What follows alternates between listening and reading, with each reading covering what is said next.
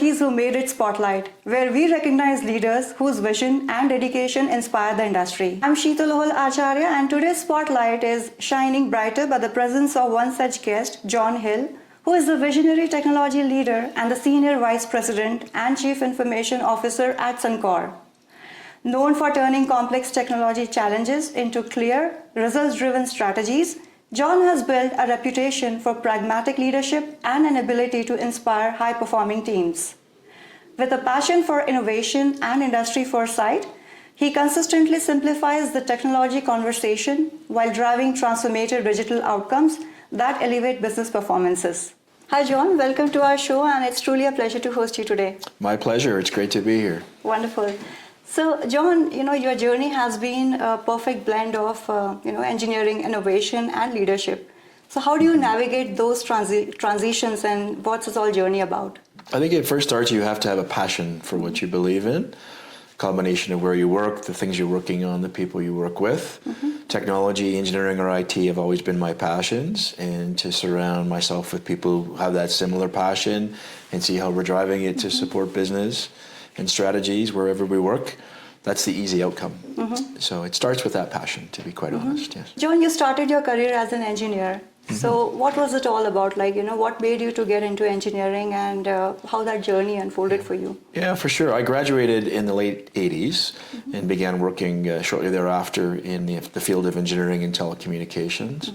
But very early on in my youth, I grew up on a family farm in southern Saskatchewan, and I had access to break, fix just about everything. I like to take things apart. I like to understand the mechanical side of it. Evolving into high school, getting into math and physics and science, that sort of to blend that understanding and interest. And I eventually got into electrical engineering, and it's a bit of an interesting story. We had a house fire when I was very young. Started with an electrical wiring problem and lost the whole house. It was a sad situation. Game-changing, life-changing for us. But that drove my interest in electricity and electronics, eventually leading to engineering. And at that point in time, I thought electrical engineering was a tough program to take. It would lead to a number of things around computer science and telecom, and I had a very good interest in all aspects of that. And still today, the engineering background and those core fundamentals around pragmatism and wanting to learn and understand things and keep learning are super important for me. Yeah, thank you for sharing that journey with us, John. And talking about the engineering interest and into the electrical things, do you still try to open up electronic goods at home? Oh, I think I can fix just about everything. It's becoming a more digital world with a lot more software control. But if something breaks with electronics or wiring, I'm the first to get in there and try and fix it. And it's interesting. The fundamentals haven't changed. Current is current, power is power. The logical side of this is very interesting. And now you get into algorithms and AI. It's even more fun. So. Yeah, wonderful. You talked about growing up in a farm. So how was that, or the memories if you want to share from your childhood?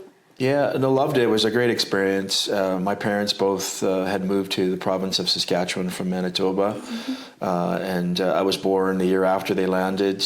My father had followed his mother, who had relocated and married a farmer in Saskatchewan. And so very early on, nature, the ability to understand farming communities, the passion for the outside. We had a mixed operation of cattle and grain. And so we got to see very, very different aspects of the farming community. But I spent a lot of time outside as a kid growing up, helping around the farm with my dad when I was young, when I could, learning to drive before it was legal, helping out those types of things. And the beauty of all of that is we still own the farm. My wife and I bought it in the early 2000s, and we operate it, rent it out. But to me, it's a home. It's a place that I go to think. If I want to solve some of my tougher problems, I'll just get out a piece of equipment and drive around and solve it. So it's something tangible for me. When you're in IT and software engineering or electrical engineering, sometimes you don't see the fruits of your labor. When you're on the farm, you have a real tangible sense to say, that mile of fence that I just built is going to be there 30 years from now, and you drive by it and you see it every time. But the roots of our family, the bonding of the family, the sense of community, the sense of farming during ups and downs, financial crisis, and years of tough weather implicating your income, you just learn to adapt. And you learn to quickly fix things when you don't have an alternative solution, And then in the farming community, when something breaks, you have to fix it on your own as much as you can. And that's kind of how I led my career early on, those passions. And that's a lovely insight. And how about your journey? When we were talking off camera, you mentioned you have been to various different places in Canada. You lived in Toronto, you were in Saskatchewan, now in Calgary.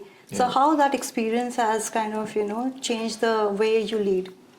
Yeah, it's a great question. I'll talk about where I've lived. So a long period of my youth and career, adult career, was working in Saskatchewan. I did a short stint commuting to Vancouver. I lived in Ottawa for 4 months on an exchange. We lived in Toronto for 4 years, Calgary before that, Toronto, then back to Calgary. I've been to every province except for one territory that I've not been to yet. But you get to experience Canada's a very vast, diverse city in various cities and countries, various cultures, very ethnic backgrounds.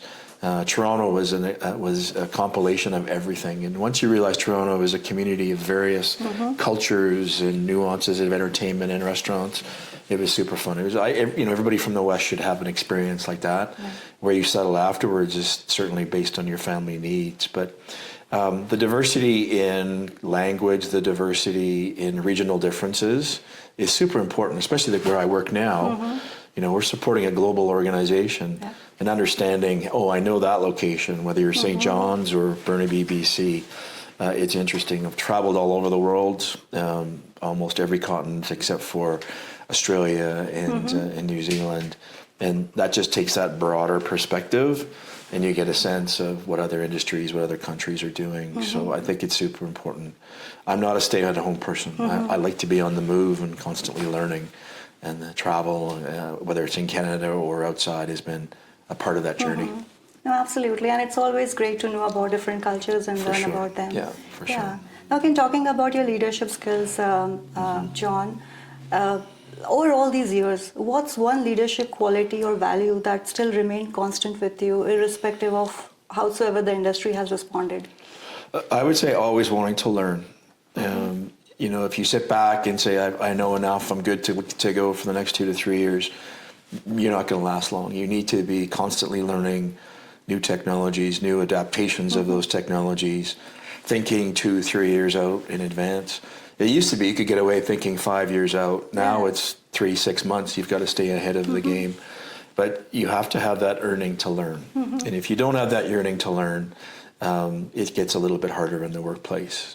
Following that is surrounding yourself with really smart people that you can learn from, and you can actually coach and share some of my knowledge. That's the concept of a high-performing team in my mind, right? Oh, absolutely. And building upon that, you talked about technology. So it is evolving almost like every day. And talking about AI, Gen AI, and agentic AI. Right. So how do you kind of, while making decisions, while adopting the technology, what's the core decision that, you feel that is important to consider when you are going for a change, making sure that your existing business is not getting impacted while you also bringing the new technology? Yeah, first and foremost, bringing in technology for the sake of technology is not the right decision. What we look for, and I continue to look for, is there a business opportunity or a problem that we can solve, and can technology help that, right? And I think there's a lot of over-rotation and marketing and advertising on technology trends too early in some cases, without the pragmatic approach to it. So I'm a fan. Unless you're in pure research and R&D where you want to be ahead of the next best thing, and you're not necessarily applying it to the business environment, I think that's fine. But in the roles that we play, technology for technology's sake is not a good answer. It is, I see an opportunity in AI to change how people work. And there's a lot of control and foundational things that need to happen to make that successful, one of which is people engagement and people learning and training. AI on its own is not going to solve world peace. So generally, the application of that is know what you're looking to solve, and pull those that you're supporting along with you. Don't push. As soon as you push technology, it's a recipe for disaster in most cases. So John, you have seen various business transformations throughout your career. talking about the Calgary or Alberta market, what current trends do you see are helping, the Calgary tech landscape grow? And what's the difference that you have seen, like compared to today versus 5 years ago, how the market was in Calgary 5 years back? Well, we're still a very centric organization and city around energy. Yeah. And so when you look at technology opportunity, cloud computing was a way to reduce costs and get back to speed to market early on, a few years back. Cyber risk is top of mind with everybody. AI in various forms. Most of the value today is non-generative AI. It's coming from machine learning and mathematical optimization. But that opportunity, those are foundations to take it to the next level of generative AI and agentic AI. This economy is very focused on growth. Energy transition is an element that's super important, but the foundation of energy basics need to be there. Productive, efficient production, operational excellence, safety and reliability is huge in the energy sector, more so than other industries that I've worked in, and losing sight of that is a problem. So technology advancements in that space is super important. But Calgary itself, in my mind, is ripe for analytics and information to that next level. Data mining, AI itself, looking and focusing on new ways of production, whether it's geophysics to alternative energy sources to just efficient mining and efficient production and research, I think, are key elements. And Calgary's very well set up, both academically. The industry is generally strong. The economy is very much based on energy and manufacturing across Canada, and we're at the center of that hub here in Alberta. And so I think it's an exciting place for new technology employees or leaders to set up camp and take that to the next level. The ecosystem now compared to 5 years ago is a vast difference. People are talking about growth. I'm seeing more collaboration. Less rotation on early innovation, more on practical approaches to technology and seeing where things go. If you advance that one step further, you're hearing in the news lots around data sovereignty and quantum computing and these types of things. Those are factors. But I believe the grassroots of Calgary and Alberta, centered around the energy sector, in terms of where we're going, and a large portion of reserves for North America are based in this province. Getting it to market is always top of mind. Getting production as optimal as it can, having those markets open up on the global stage, it's a great place to be, and it's the reason we're staying in Calgary, and it's the reason I've settled here for a long time. Well, that's a very well explained answer, John. Thanks for sharing that insight with us. Now, talking about the transformations again, which has been over your career journey, which transformation has been the most favorite one? For me, I would say there are two. Early on, mobile transformation, and if you think about step change technologies, and I'll go back a little bit to the beginning of the internet, then into cloud computing, smartphone, and now, of course, AI, and beyond that, you'll get into quantum and other things. My career has been a combination of energy sector and telecom. Probably the most transformative work that I've enjoyed and still talk about today is when I was working in Rogers Communications in Toronto, and we had a special project looking at establishing next generation of entertainment services, which at that point in time was called Rogers Ignite, now known as Rogers Xfinity. So it was a global first in a lot of fronts, working in partnership with Comcast out of the United States. And we fundamentally shifted how TV and sports and entertainment was being provided to the consumer. The complexity behind that was a combination of engineering, IT, and marketing. And we had a very small, agile team that we focused in. We delivered a lot of great technology and services in a very quick period of time. And we were at the grassroots of it. We were testing that whole environment and ecosystem in my apartment. And so there's lots of fun stories in history. But not only was it a great transformative technology and service for the industry in Canada, mostly Eastern Canada at that point in time, how we went about that, the transformation of best of breed thinking to a package suite an integrated solution end to end that was really a game changing for customer experience. Was really cool to see. But how that team formed and how we worked as a unit, it was as high performing as I've ever seen in any organization. And that's a tough one to recreate because you need both the opportunity and hitting the stride of where to maximize potential. But it was a fantastic project. I'm very proud of it. I see it today when I travel across the country, and I can proudly say I was part of that. Yeah. And we still keep in touch, many of the team players that were part of it, even though we're in different cities and countries today. So John, moving from technology to sports, you are part of Canada's Sports Hall of Fame. Yes. So what is it all about, if you would like to share with us and our audiences? Sure. The structure of the Canada Sports Hall of Fame is quite simple. You've got legacy builders, legacy athletes, programs that are being recognized across Canada for their contribution to sport.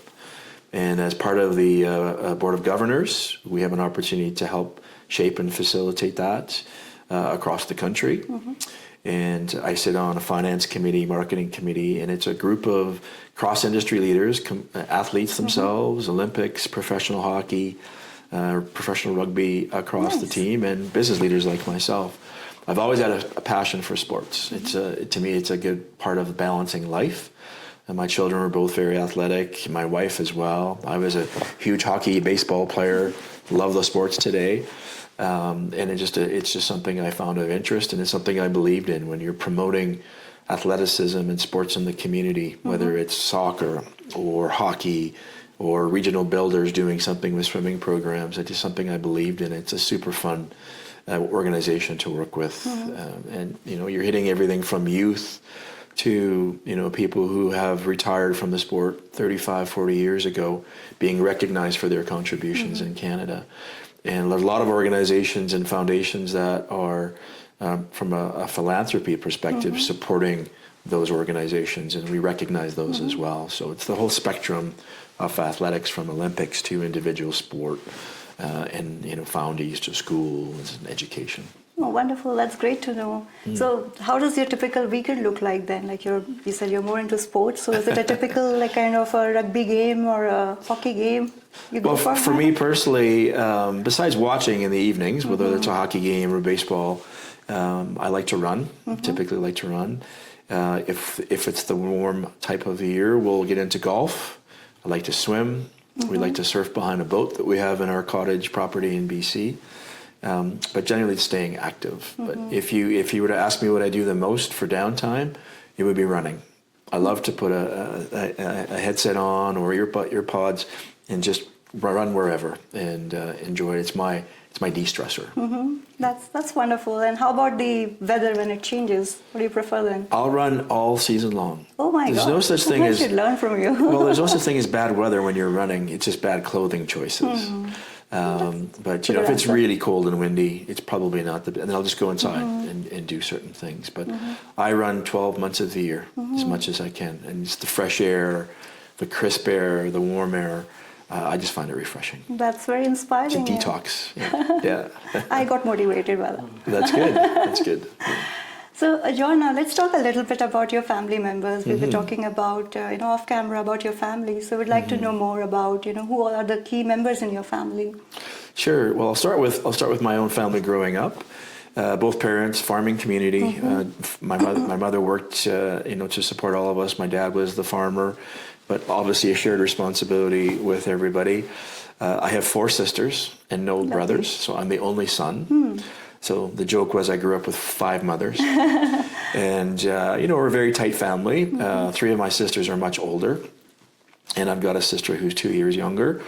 So we keep in touch, social media. We have a WhatsApp group for the entire family, including my mother.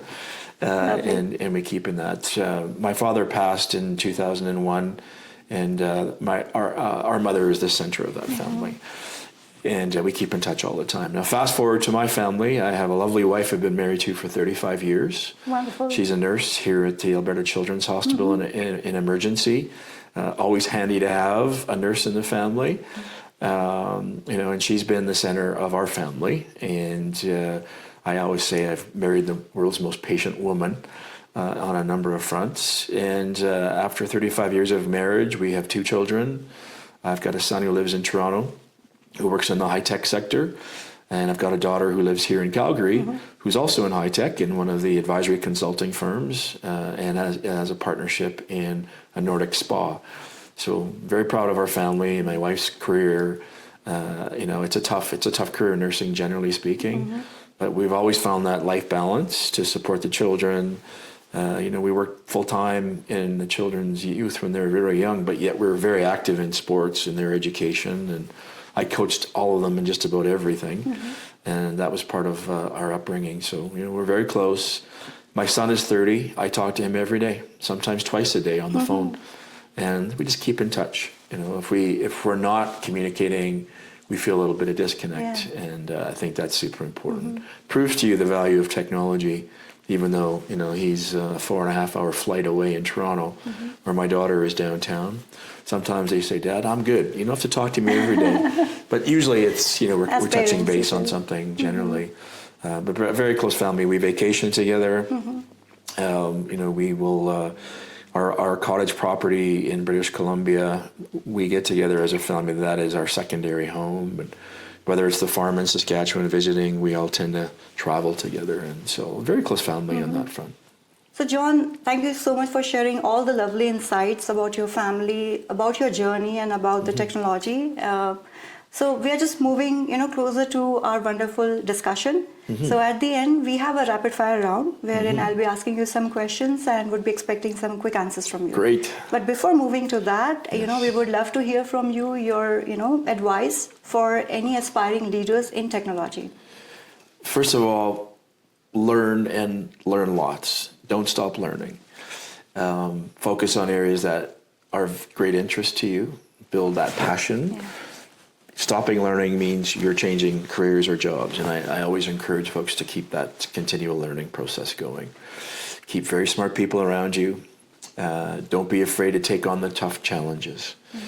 And one of my personal phrases comes from a very song that a Canadian artist by the name of Corey Hart.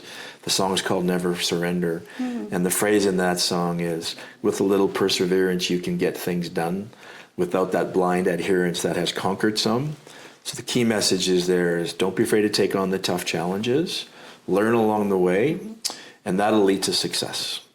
The second thing I would say is no matter where you come from, your background, your roots, always believe in what you're doing and believe in yourself, and don't be afraid to take that next step based on those fundamental building blocks. Well, that's a wonderful piece of advice, and truly it's motivating and inspiring. Thank you. So, John, we are almost moving on to our next section, which I talked about, the rapid fire round. Sure. The most fun part. I hope. It's been fun so far. Yeah, absolutely. So, are you ready? Sure. So, your first question. Well, I know the answer, but let's ask. Mountains or oceans? Ooh, oceans. Oh, I was wrong. Surprised you. Yes. Okay, that's good to know. Your favorite way to unwind after a long day? Running. Favorite tech gadget? Smartphone. That's, kind of necessity these days. Yes. Sports moment you're most proud of being part of? Great question. I was in grade 6, and I once had a complete baseball game pitching, which means I struck out every player, and they never had a hit.